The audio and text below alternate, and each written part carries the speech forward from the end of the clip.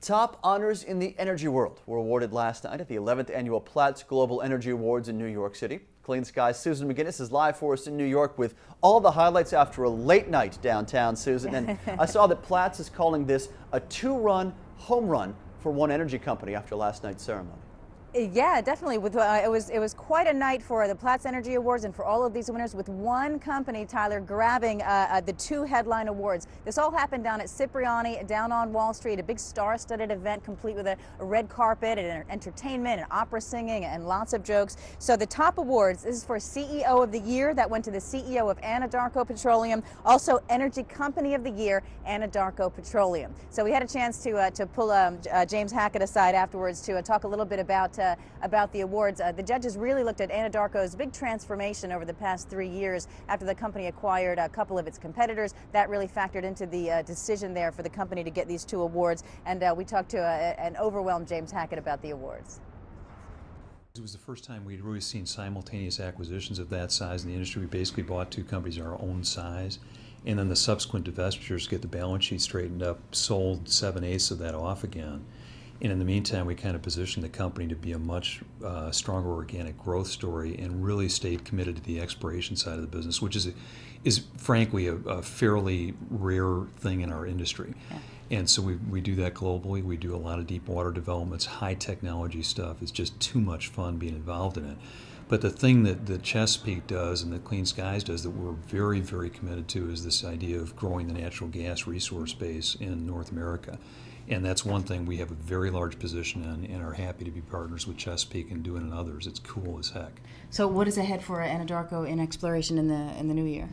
Basically, we're active across a huge expanse in West Africa, the size of the Gulf of Mexico, that we're actually playing a new play called the Cretaceous Fan Play.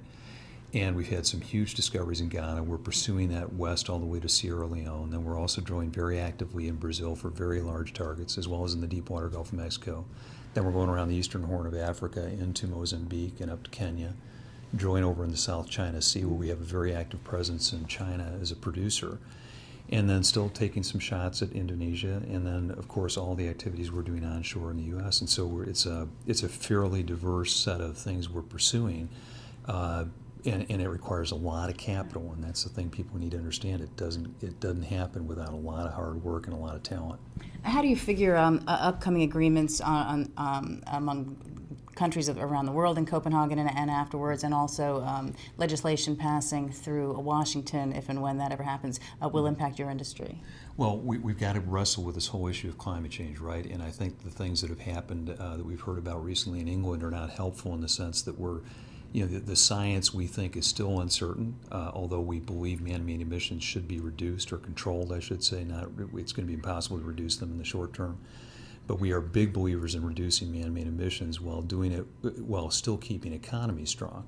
And I think that what people are hoping and are realizing is that we do need to do something with the price of carbon. I personally have never felt cap and trade was the best answer, but I think that carbon taxes could be an alternative. And the thing that we were particularly offended by in the legislation that has been proposed so far was the fact that it didn't have parity with regard to greenhouse gas emissions. But I think there's a much broader issue here, which is that if you can get natural gas, for example, into the generation mix in a bigger way, you can actually have a good climate answer, and if in fact that is a major driver of climate change, but you can also provide a domestic energy resources. I think a lot of times what we forget is I think the American public is as concerned about national security as they are about climate change, and that is how do you get less dependent for foreign oil imports for transportation uses, and natural gas can provide a really good answer there. So for a variety of reasons, we love that as a resource play for the world and think that the world will consume more and more natural gas over time. And that was James Hackett of Anadarko Petroleum. Another double winner last night, Chesapeake Energy, which took home Energy Producer of the Year. This is a new award from Platts this year for the company's expertise in the shale plays, among other things. Also, Chesapeake Energy taking home Industry Leadership of the Year. Platts says this is for, quote, its masterful job campaigning for natural gas. Now, Aubrey McClendon is the CEO of Chesapeake Energy. He talked to us a little bit about both awards and also a little bit about where Chesapeake will be taking its shale work in the coming years.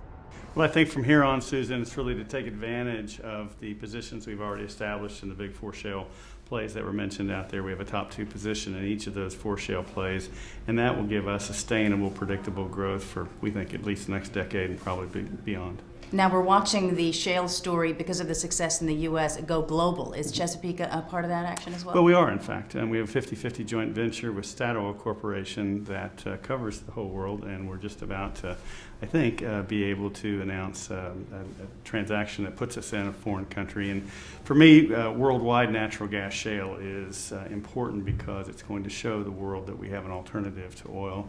And I think we're going to need that going forward as the world reaches its productive limit of oil. Okay, and the other award was for industry leadership, and this was about Chesapeake's campaign to make natural gas a true fuel of the future. How are the efforts going in that direction? And if you can tell us your feeling about natural gas's role with 2010, probably going to be very important as far as a world treaty on climate change, also right. Legislation in Washington. The leadership that I think we've tried to provide in the industry is through ANGA, which is America's Natural Gas Alliance, which is roughly 30 of the largest natural gas producers.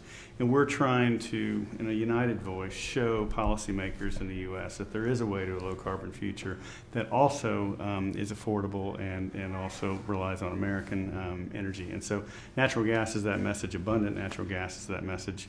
And I'm thrilled that we were honored with that, and it's something that we take we're very grateful for and look forward to continuing to work with the industry to tell our story a little better than we have in the past. So by way of disclosure, Chesapeake Energy is one of the funders of the American Clean Skies Foundation, which does fund Clean Skies News. Some other winners last night: Peabody Energy took home a Marketing Campaign of the Year. Power Company of the Year went to FPL Group. One more important of Platts awards this year is Sustainable Technology Innovation of the Year. This is an award that Platts recently added. I believe it started last year, and sustainability has really become a larger and larger theme at these awards. That one went to Energy Storage and Power with PSEG, and that's on companies' technology to store wind in the form of compressed air. So Tyler, lots of awards, a couple of surprises there, as you heard, and it was really quite a night last night down at Cipriani's. I will send it back to you now. I guess we can start calling it the Energy World's Oscar Awards. That seems fair after 11 years. Susan McGinnis in New York. Thanks so much, Susan. Thanks, Tyler.